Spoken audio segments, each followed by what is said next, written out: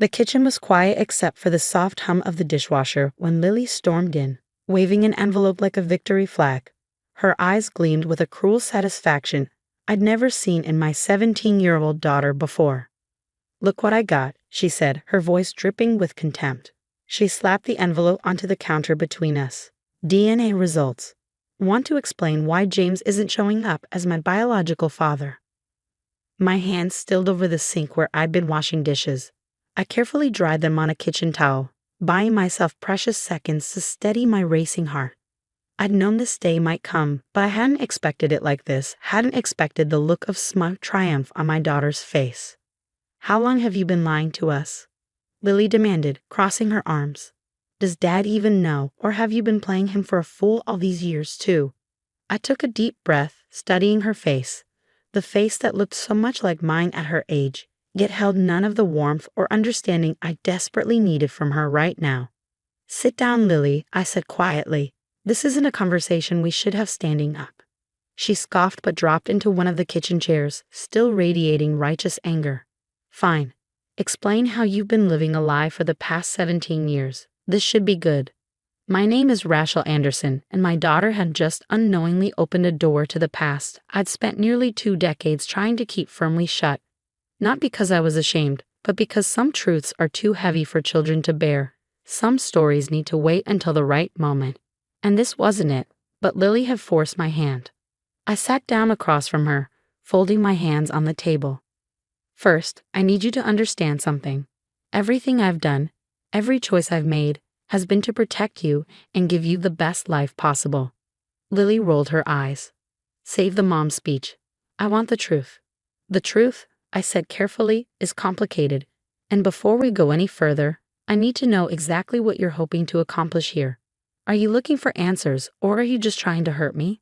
She faltered for a moment, her confidence wavering. "I deserve to know who my real father is," she said finally, but her voice had lost some of its edge.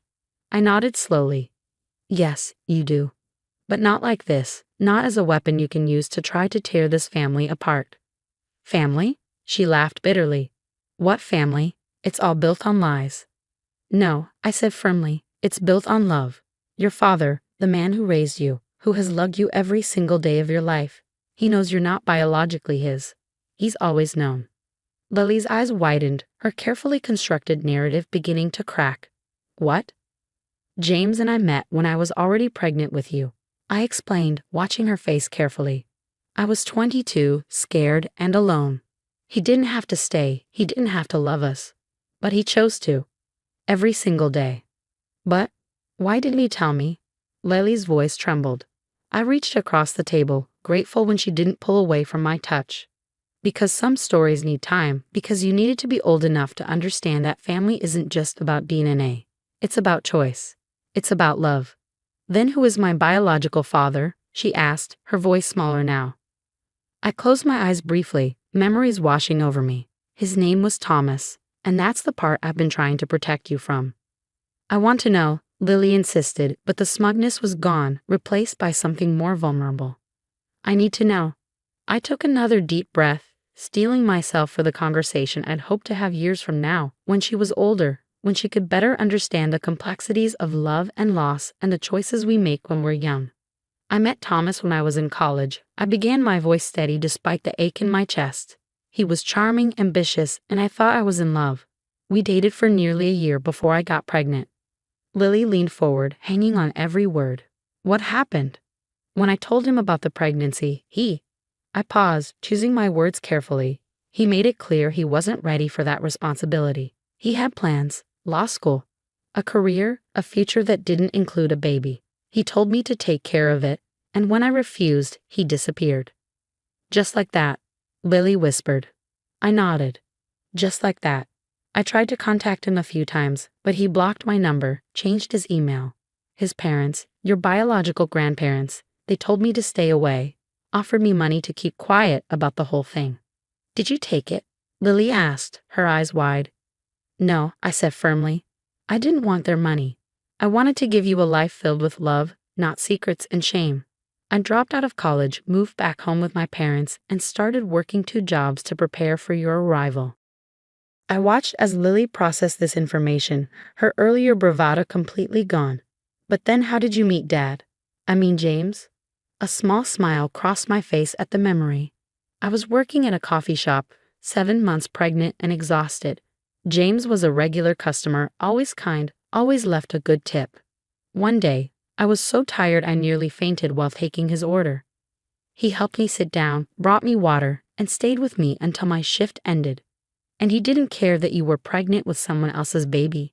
He said it was like getting two miracles for the price of one.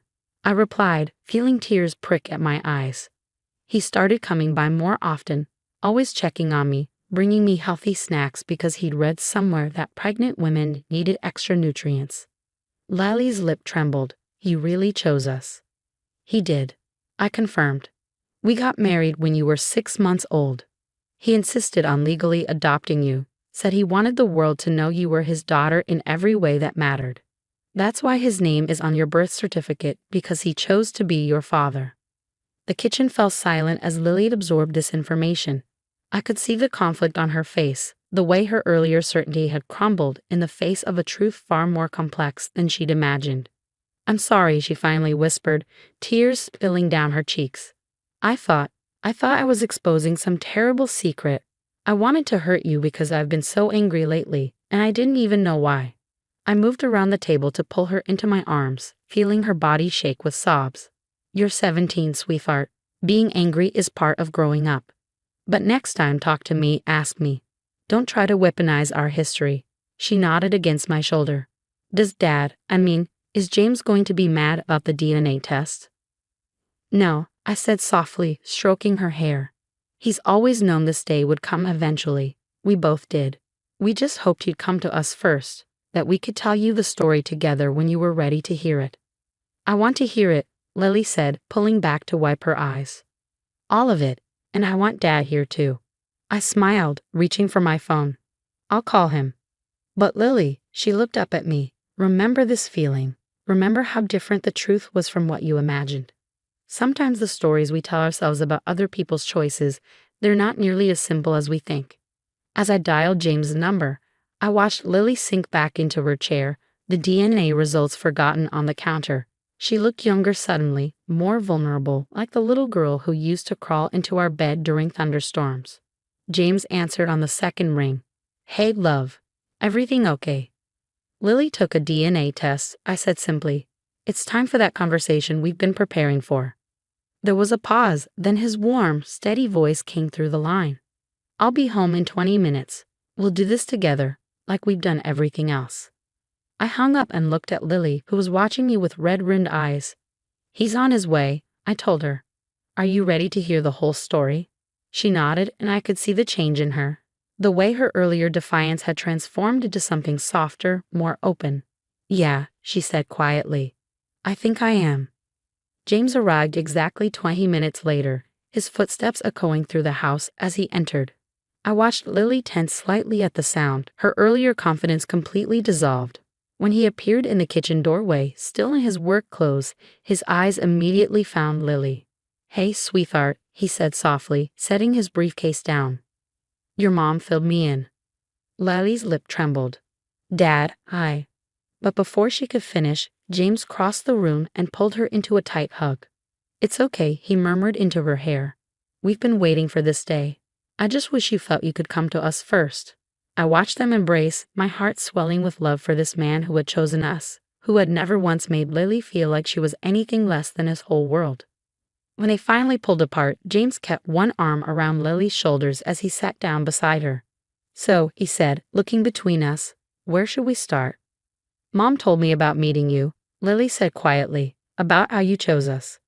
James smiled, his eyes meeting mine across the table. Best decision I ever made. But there's more to the story, isn't there, Rachel? I nodded, knowing we had to tell her everything now, no more protecting her from the harder truths. Yes, Lily needs to know about what happened after, about Thomas's attempts to come back. Lily's head snapped up. What? He tried to come back? When? I took a deep breath, feeling James's steady presence giving me strength. When you were 5 years old, Thomas showed up at our door. He'd seen a photo of you at his parents' house. They'd been keeping tabs on us through mutual friends, though I didn't know it at the time. What did he want? Lily asked, her voice barely above a whisper. He said he'd made a mistake. I continued, the memory still sharp after all these years. He finished law school, started a successful career, got married, but something was missing. He said he couldn't stop thinking about the daughter he'd abandoned. James's jaw tightened slightly, but his voice remained calm. Tell her what you told him, Rachel. I reached across the table to take Lily's hand. I told him he'd lost the right to be your father the day he walked away, that being a parent isn't something you can decide to do only when it's convenient. Your dad, James, he'd been there for every moment, every skinned knee, every nightmare, every triumph. He was your father in every way that mattered. Did Thomas fight you on it? Lily asked. He threatened to take us to court, James answered, his voice steady. Said he had resources now, could prove he was the biological father and demand partial custody. Lily's eyes widened. What did you do? We fought back, I said simply. We had years of documented abandonment, proof that he'd rejected any responsibility when I was pregnant. Plus James had legally adopted you. The law was on our side. But more importantly, James added, squeezing Lily's shoulder, you were old enough to be affected by any custody battle. We weren't going to put you through that trauma just because Thomas suddenly decided he was ready to play dad. He backed off eventually. I continued. I think he realized that pursuing it would only hurt everyone involved, especially you. But he did make one request. What was it? Lily asked. He asked that when you were old enough to understand, we tell you the truth. Tell you that he regretted his choices, that he'd grown up and realized what he'd thrown away. I paused, studying my daughter's face. We agreed, but on our terms, when we felt you were ready. Lily was quiet for a moment, processing everything. Do you know where he is now? James and I exchanged a look. Yes, I said carefully. He's still in the area, actually. He has his own law firm downtown, 2 other children with his wife. My half-siblings, Lily whispered, testing the words. Biologically, yes, James said gently.